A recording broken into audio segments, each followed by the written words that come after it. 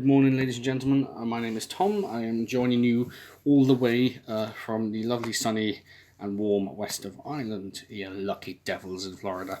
And here I am telling you about drones. A very brief overview, very broad overview, just kind of some visual fodder to help you get started on your drone adventure. Here's a man. This man is me, trying and succeeding, I will add, to put on a high visibility vest, which means I'm now totally safe from all hazards. There we go. Picking up the controller, sorting out my trousers, and then ready for takeoff.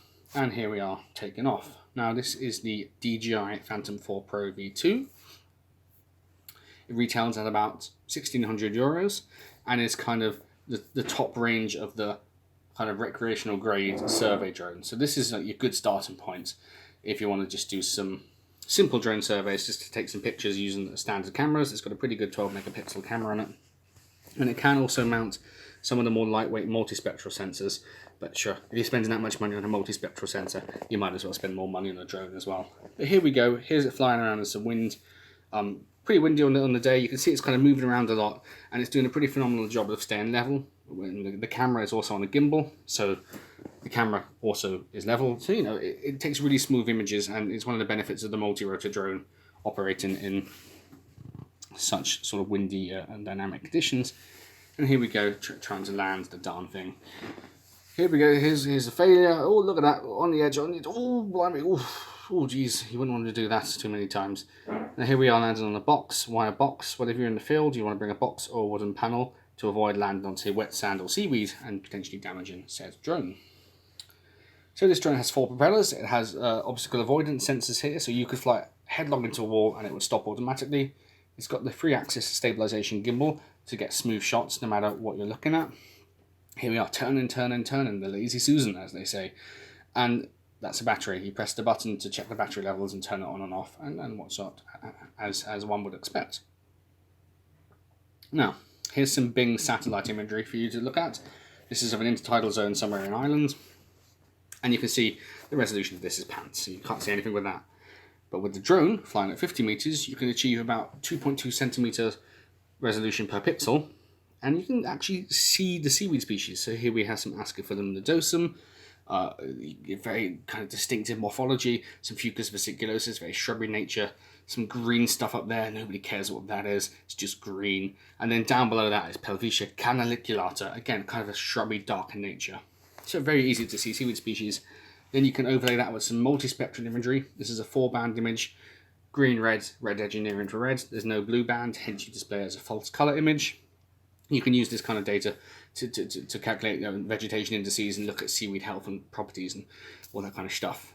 And here's one more thing that you can derive from this kind of imagery, is called a slope map, looking at the steepness of the slope. So you can maybe look at really steep like escarpments and boulder edges, and maybe you can start playing around and factoring this into your models and whatnot. Whatever you want to do. I'm not going to tell you what to do. Figure it out yourselves. But I'm going to give you a little bit of fodder to hit the old Google with. So we're zooming out here. We're zooming out to show you that this little small patch here, this different colour thing, is what we surveyed in one tidal cycle with a drone. You can see there's a lot more coastline to do. So drones are still kind of limited in the extent they can cover. And also there's regulatory issues, and that will depend on your country and whatnot. And here we have something completely different. God, there's no time to catch my breath. This is a 3D sort of mock-up of part of the site. So you can see here, you can get some vague elevation differences and relative heights. And again, maybe you can factor this into your model. Now I'm just going to pause very briefly here.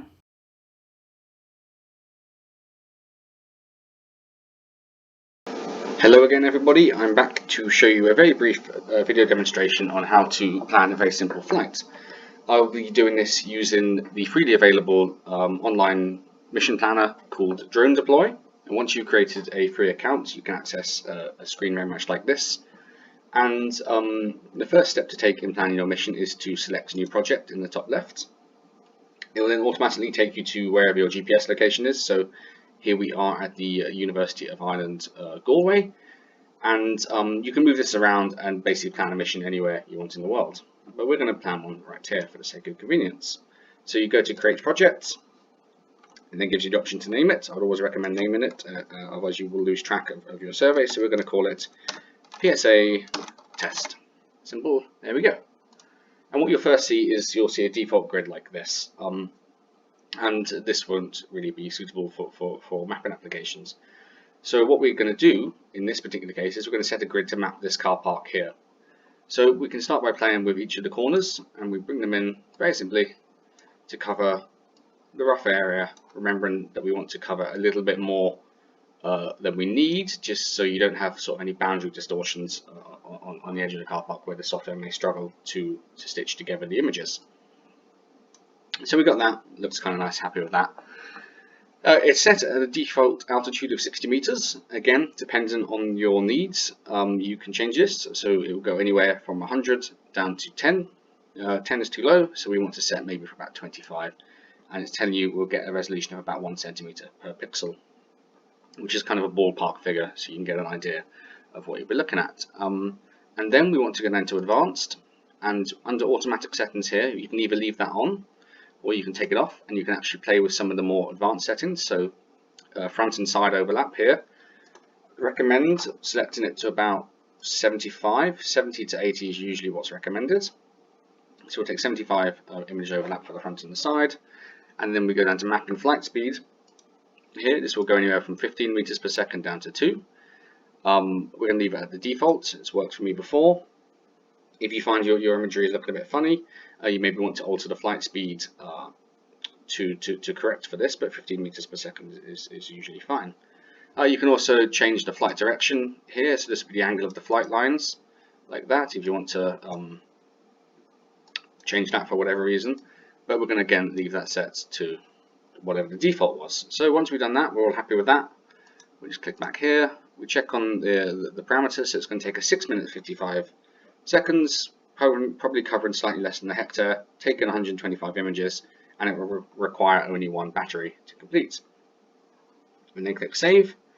Plan has now been saved. So when you come to open up the Drone Deploy app on your Android or iOS device, you will then, provided you're connected to the internet, you will then be able to access this map, and you plug your drone in, and then you are good to go to fly. So I hope that's been informative. It's very simple to do and free to do, which is even more important. Thank you for listening. Time to say goodbye. So, thank you very much, ladies and gentlemen. I hope that's not been too horrible experience for you. Please drop me an email, drop me a tweet if you need any help whatsoever. Bye.